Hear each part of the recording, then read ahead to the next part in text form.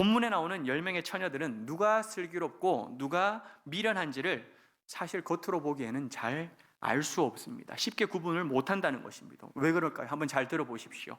10명 모두가 신부의 들러리로 초대받았습니다. 들러리가 된다는 것은 신부의 가장 친한 친구들입니다. 그리고 이 천국 잔치에 모두가 초대받은 자들이었습니다. 그들 중에 한 명도 빠지지 아니하고 모두가 등불을 들고 예수 그리스도 신랑을 맞이하러 나아갔다는 것입니다. 그리고 다 같이 그들은 신랑을 고대했습니다. 신랑이 빨리 오기를 기다리고 있기도 했지만 신랑의 친구들, 신랑의 일행들도 너무나도 간절하게 기다렸습니다. 왜 그럴까요? 결혼하는 거는 내 친구가 하는 거고 나도 결혼은 해야 될 거 아닙니까? 그러니까 신랑의 친구들도 학수고대하면서 기다렸던 것이지요. 그리고 그렇게 기다리다가 신랑이 늦어지자 어떻게 했습니까? 10명 모두가 똑같이 잠에 들었습니다. 2명만 자고 3명만 자고 4명만 자고 5명은 눈을 부릅뜨고 깨 있었던 것이 아니라 모두 똑같이 잠들었다는 것입니다. 그리고 신랑이 온다는 소식을 들었을 때 여러분 5명만 깼습니까? 5명만 아주 준비를 잘했습니까? 아니었어요. 10명 모두가 다 깨어났습니다. 이처럼 겉으로 보기에는 모든 사람들이 똑같아 보였습니다. 그런데 결정적인 차이가 나옵니다. 3절과 4절입니다. 함께 말씀을 읽어보겠습니다. 미련한 자들은 등을 가지되 기름을 가지지 아니하고 슬기 있는 자들은 그릇에 기름을 담아 등과 함께 가져갔더니. 여러분 무엇이 결정적인 차이입니까? 기름을 준비하는 것이 결정적인 차이지요. 경제력이나 그들이 가지고 있었던 지식과 학력의 유무가 아니라 나이가 조금 더 많고 나이가 조금 더 적음의 차이가 아니라 기름의 준비의 차이였습니다. 미련한 자들은 등불은 준비했어도 그 등불을 계속해서 밝혀줄 수 있는 기름을 넉넉하게 준비하지 못했던 것입니다. 미련한 여인은 신랑이 오는 중요한 시간에 기름을 사러 가야만 했고 결국에는 혼인잔치의 기쁨에 탈락하는, 참여할 수 없게 되는 그런 안타까운 운명을 맞이하게 됐던 것입니다. 그런데 여러분 5명의 등불이 꺼져가는 그 순간에 어떤 일이 일어납니까? 기름이 부족하니까 좀 나눠달라고 요청을 하지요. 같이 살자는 것입니다. 나눠주면 너희도 살 것이고 기름이 지금 떨어져 가고 있는 우리도 살지 않겠느냐. 그러니까 좀 나눠달라, 은혜를 베풀어 달라는 것입니다. 그러나 여러분 지혜로운 처녀들은 단호박입니다. 거절합니다. 같이 쓰기에는 모두가 부족할 것 같으니 가서 너희들 거는 사오라고 말합니다. 너무 매정하지 않습니까? 어떻습니까? 너무나도 이기적인 것처럼 보이지 않습니까? 기름을 다시 사올 시간이 있습니까? 없습니까? 없어요. 지금 신랑이 바로 앞에 오고 있다고 급하게 전보가 도착한 상황이에요. 갔다가 어떤 일이 벌어질지 모릅니다. 너무 급하고 마음은 초조하고 불안한 상황입니다. 이럴 때는 이렇게 하면 될 것 같습니다. 이렇게 해보십시오. 좋은 결과가 있을 것입니다 라고 백날 첫날 좋은 충고를 해주는 것보다 뭐가 더 선을 행하는 것입니까? 기름을 그냥 나눠주는 것, 이것이 최고의 사랑의 표현 아니겠습니까? 야고보서 2장 15절 말씀 여러분 잘 아시겠지요? 형제나 자매가 먹을 것이 없어요. 헐벗고 죽을 지경인데 아이고 평안하세요. 아이고 참 따뜻하게 잘 지내보십시오. 아이고 잘 챙겨 드시고 건강하십시오 라고 여러분 말만 번지르하게 하면서 아무런 도움을 주지 않는다면 그게 도움입니까? 그게 행함이 없는 죽음 아니겠습니까? 이러한 행함이 없는 그런 죽음 믿음, 이것을 야고보는 우리에게 가르쳐 주고 있다는 것입니다. 기름을 나눠 달라고 하면 기름을 나눠주는 것이 살아있는 믿음, 실천하는 믿음이라고 우리는 이 말씀을 보면서 그렇게 생각할 수 있을 것입니다. 하지만 여러분, 하나님께서는 이 여인들에게 야, 어떻게 너희들 그렇게 사랑이 없냐라고 혼내시거나 책망한 것이 아니라 지혜롭다라고 칭찬하셨습니다. 지혜 있는 5 여인이라고 이야기를 하셨고, 그리고 혼인잔치의 기쁨에 참여한 사람도 오직 그 5명만 참여할 수가 있었다는 것입니다. 여러분 이상하지 않습니까? 뭔가 이게 말이 되지 않는 것처럼 느껴지지 않으십니까? 그런데 여러분 여기에 아주 중요한 메시지가 담겨 있습니다. 기름은 나누어 쓸 수 없다는 것입니다. 한번 따라해 보겠습니다. 기름은 나누어 쓸 수가 없습니다. 네, 기름은 나누어 쓸 수 없다는 것입니다. 세상에는 나누고 베풀 수 있는 것들이 많이 있습니다. 오늘 회장님께서 고향 주민들에게 1억씩 나누어 주었다 합니다. 기사를 보셨습니까? 우리도 거기 살았어야 되는데, 그죠? 그 주소지를 빨리 옮겨 놓고 있었어야 되는데 왜 우리가 그 마음을 몰랐을지 모르겠습니다. 여러분, 회장님이 1억씩을 나누어 주었는데 저도 여러분들에게 1,000원씩 나눠 드릴 수는 있습니다. 계산을 해보니까 10,000원씩은 제가 좀 어려울 것 같고 1,000원씩은 가능할 것 같습니다. 여러분, 이렇게 내가 가지고 있는 것을 나눠줄 수 있습니다. 꿈 많던 24살 대학생이 뇌사 판정을 받고 난 다음에 자신의 장기를 기증하여서 6명을 살리고 하늘나라로 떠났다라고 하는 기사를 읽어보셨습니까? 네, 지난 7월 달에 있었던 일이었습니다. 우리는 심장도 내어줄 수 있습니다. 눈도 나눠줄 수 있고요, 골수도 줄 수 있으며 간도 줄 수 있습니다. 그러나 기름은 나누어 쓸 수 없습니다. 왜 그럴까요? 본문이 말하고 있는 이 기름은 믿음이기 때문입니다. 나와 하나님과 서로 교제하고 있는 그 하나님과의 관계가 이 기름이고, 하나님을 향하여 바라보고 있는 내 신앙이 기름이고, 예수님을 사모하면서 언젠간 오시겠지라고 기대하고 그 예수님을 바라보고 있는 내 마음의 중심이 바로 기름이라는 것입니다. 그렇기 때문에 이 기름은 나누어 쓸 수가 없는 것입니다. 어리석은 처녀들은 이 기름을 준비하지 않았습니다. 왜요?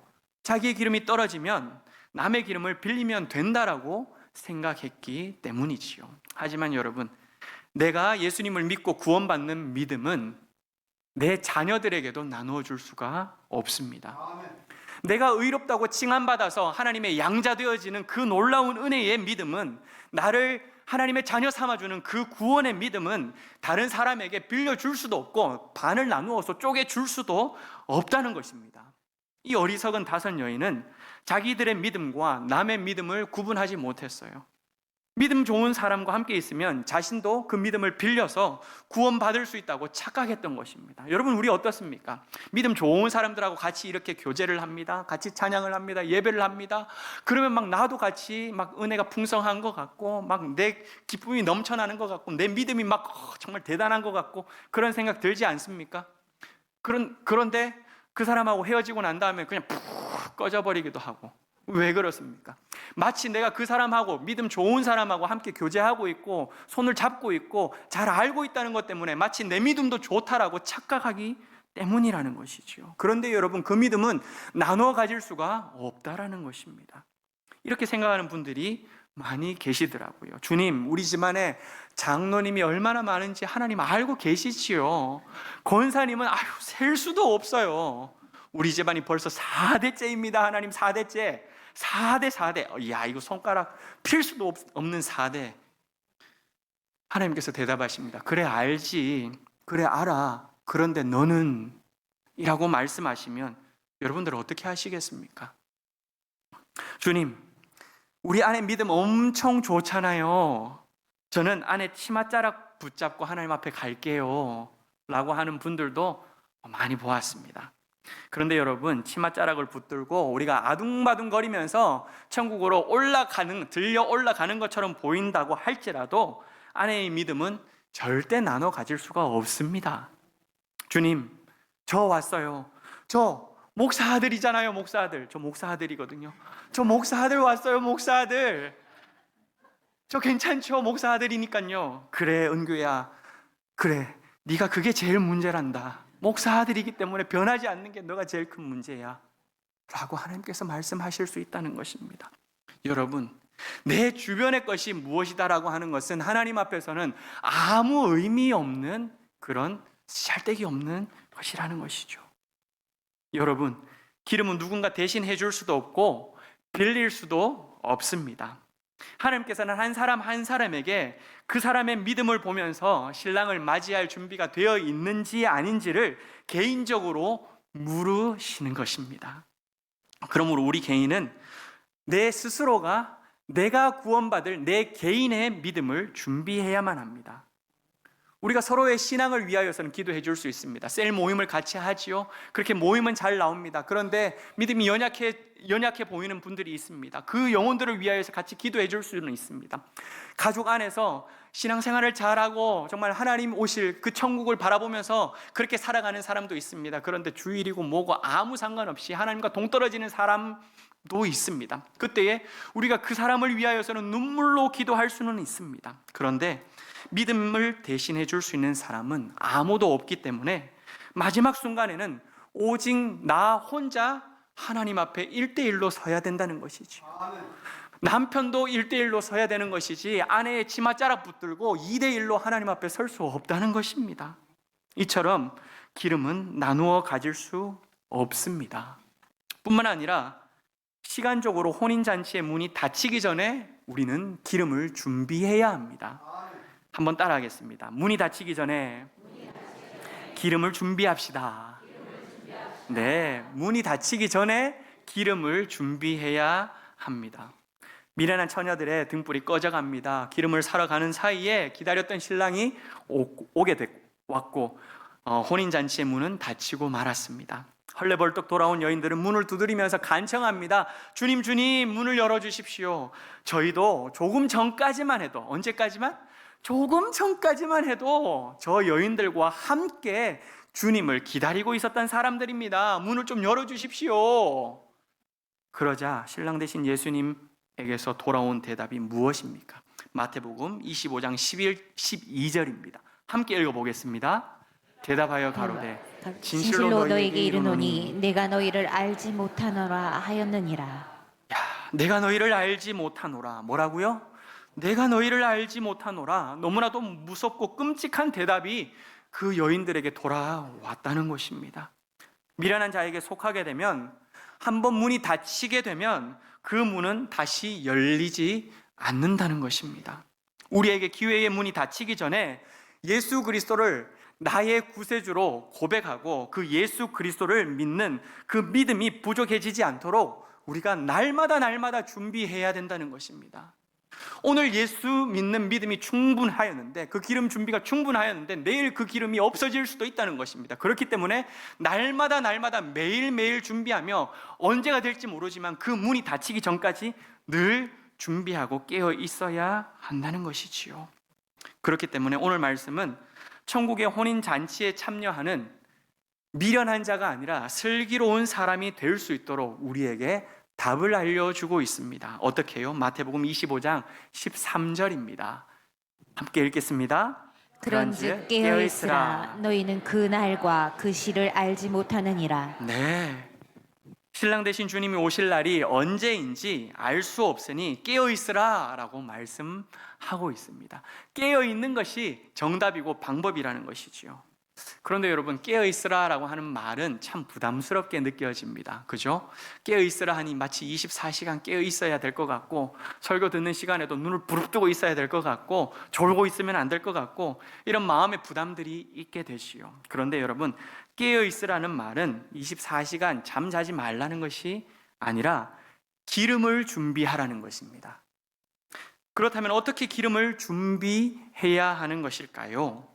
오늘 말씀을 적용하면서 우리는 첫 번째로 나의 기름을 준비해야 됩니다.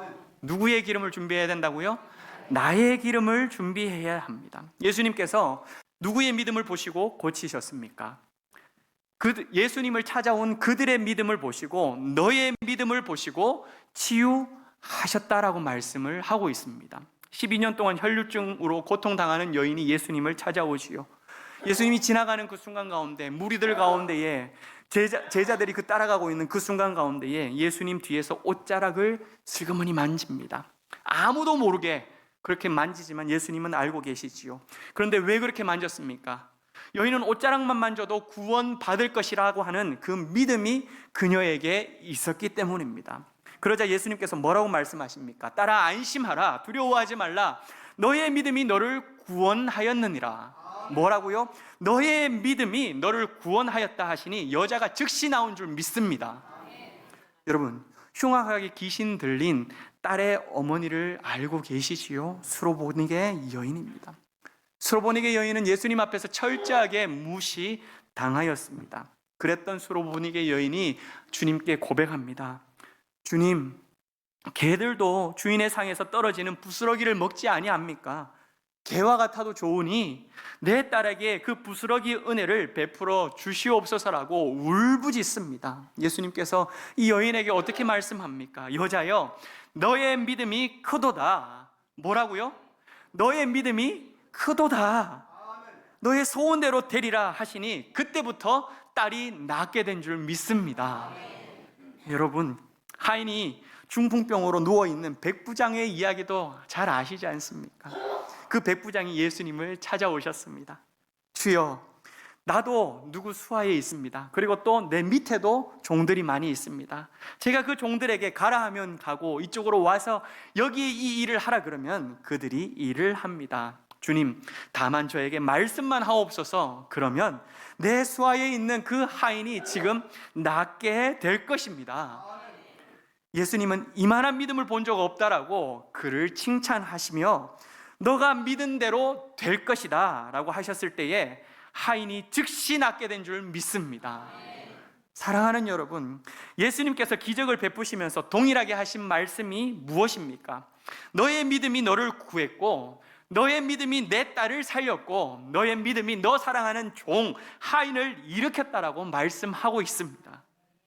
다른 사람에게 빌려온 그 믿음이 아니라 바로 너의 믿음, 바로 여러분들의 믿음, 바로 우리의 믿음, 나의 믿음이 구원하는 줄 믿습니다. 오늘 이 시간 옆 사람의 믿음이 아니라 우리 가족, 가장 믿음 생활 잘하는, 가장 신앙이 좋다라고 하는 그 사람의 믿음이 아니라 나의 믿음이, 나를 살리는 나의 믿음이 다시 회복되어지는 놀라운 은혜가 임하기를 간절히 축복합니다. 두 번째는 등불이 아닌 기름을 준비해야 한다는 것입니다. 한번 따라하겠습니다. 등불이 아닌 기름을 준비해야 한다. 여러분, 미련한 처녀들이 기름을 사러 간 사이 혼인잔치의 문이 닫혔습니다. 기름을 준비해서 돌아온 여인들이 문을 열어달라고 간청했지만 내가 너희를 알지 못한다는 무서운 대답을 듣게 되었습니다. 그런데 여러분, 예수님께서 내가 너희를 알지 못한다, 내가 너희를 도무지 알지 못한다라고 하신 말씀이 또 나온다라고 하는 사실 알고 계십니까? 심판의 때에 많은 사람들이 주님을 찾아옵니다. 주님, 저 아시지요? 제가 말씀을 선포하면서 수많은 백성들이 하나님 앞에, 당신 앞에 돌아오게 만들었습니다. 손으로 꼽을 수 없습니다. 수백 명이 됩니다. 수천 명이 됩니다. 라면서 머리를 들이밉니다. 주님, 제가 귀신을 쫓아낸 거 보셨지요? 한두 명 쫓아낸 게 아닙니다. 기적을 행한 게 대단한 일이었습니다. 사람들이 놀라 자빠졌습니다. 정말 저를 보면서 하나님을 봤다라고 이야기를 합니다. 엄청난 일을 제가 행하였습니다. 또 다른 사람은 이야기를 합니다. 제가 베푼 권능이 얼마나 많은 사람들에게 유익을 끼친지를 아십니까? 주님, 저 아시지요? 전부 다 머리를 들이밀니다. 얼굴을 하나님께 올려드리면 제 얼굴 기억하지 않습니까? 라고 하나님 앞에 나아갈 때에 주님께서 대답하십니다. 마태복음 7장 23절입니다. 함께 읽어보겠습니다. 그때에 내가 저희에게 밝히 말하되 내가 너희를 도무지 알지 못하니 불법을 행하는 자들아 내게서 떠나가라 하리라. 내가 너희를 도무지 알지 못하니 불법을 행하는 자들아 뭐 하라고요? 떠나라는 것입니다. 떠나라. 우리는 영적으로 깨어 있으라 라고 하면 어떻게 생각합니까? 내가 뭔가를 더 해야 되지 않겠나? 더 섬겨야 되는 건 아닌가? 이걸 더 봉사해야 되는 건 아닐까? 교회 생활을 더 열심히 해야겠구나 라고 생각할 수 있습니다. 그런데 여러분, 그게 아니라는 사실입니다. 외형적으로 교회 생활을 열심히 하는 것, 예배 참석 잘하고 부서 봉사 잘하고 모임에는 빠지지 않는 것은 어쩌면 여러분 등만 준비하는 것이지 기름을 준비하는 것이 아닐 수 있다는 것입니다. 내면의 거룩함을 위해서는 말씀이 내 안에 충만해야 합니다. 하나님과 끊임없는 그 교제의 나눔이 지속적으로 연결되어지고 그것이 끊어지지 아니하고 그것이 사라지지 않는 것이 바로 기름을 준비하는 것인 줄 믿습니다. 여러분, 성령 충만을 우리가 사모하며 주님 앞에 나아갈 때에 말씀이 내 안에 충만하고 성령이 내 안에 충만하고 하나님과 인격적인 교제의 끈이 날마다 끊이지 아니할 때에 우리는 경건의 모양만 있는 것이 아니라 경건의 능력을 갖추고 기름을 준비한 자로서 다시 오실 예수 그리스도를 기대하며 이 땅에서 살아가는 하나님의 신실한 신부가 되는 줄 믿습니다. 그 놀라운 역사가 사랑하는 성도님들 우리 삶에 모두 펼쳐질 수 있기를 간절히 축복합니다. 우리 중에는 외형적인 등불에 관심 있는 사람들이 많습니다. 저도 어찌 보면 외형적인 것, 다른 사람들이 보는 것, 거기에 관심을 더 많이 두고 지금까지 사역해 오지 않았나라는 생각들을 종종 합니다. 그리고 주님 앞에 하나님 이거 아니지요, 이거 아니지요 회개하기도 합니다. 무엇을 맡는 것, 앞서 섬기는 것을 좋아하는 분들, 오늘 이 말씀을 통하여 우리가 한번 점검해 보아야 합니다. 맡고 있고 섬기고 있고 분주하게 일하고 있는 것은 기름을 준비하는 것이 아니라 오히려 등을 반질반질하게 닦는 것일 수 있습니다.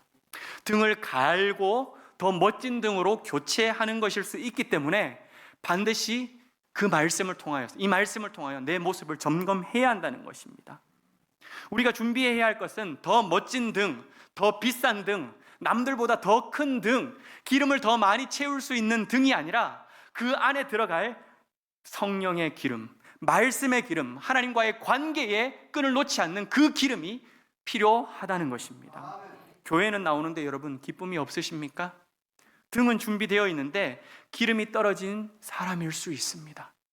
교회 활동은 열심히 하고 있는데 불평불만은 가득하고 내 안에 거룩함은 사라져 있는 그 모습이 지금 내 모습으로 보여지고 있습니까? 그것을 지금 숨기고 있습니까?